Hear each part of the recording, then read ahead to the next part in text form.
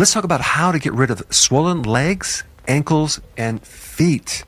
There is a very important vitamin to correct this. But there are two other things, they're minerals that you need to also get from the diet. Of course, the obvious one is potassium. The problem with potassium is that it's not easy to get from the diet because we need so much. An average person needs 4,700 milligrams. Now think about what that means. If you were to eat one banana, that's like 300 milligrams.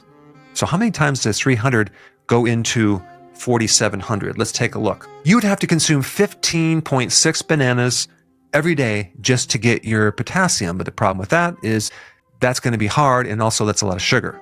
So instead of doing that, you might be better off doing like avocados, more salad, and even more fruit like berries. You can get a lot of potassium from that. Now, the other mineral, magnesium, is behind something called ATP, which is the energy currency of the body.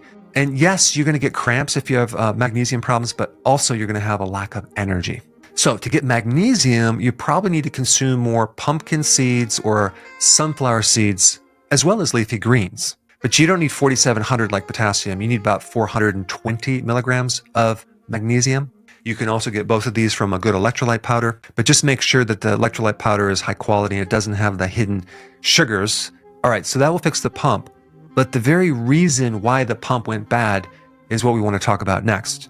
And that is a deficiency of vitamin B1. So I want to show you in this little, very simple chart here, and I'm being very sarcastic. It's a huge biochemical chart.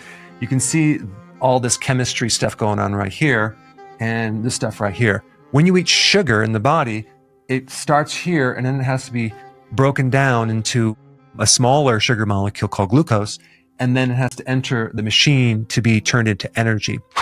In order for it to go from this step to this step, this one little enzyme requires vitamin B1. If you don't have enough, then you will not be able to use that as energy. And so the number one cause of a B1 deficiency is consuming too much carbohydrates in the refined form. For example, if you eat all this refined sugar without B1, now the body has to pull from its reserves, right? We have to pull it from different tissues and organs and glands, and eventually you're going to be deficient. And that B1 is also very important as an antioxidant to protect the nerves.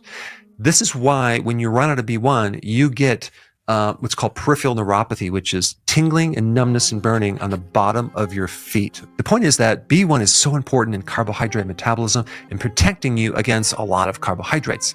And when I say protection, I'm talking about the protection against this glycation, this sugar connecting to the protein.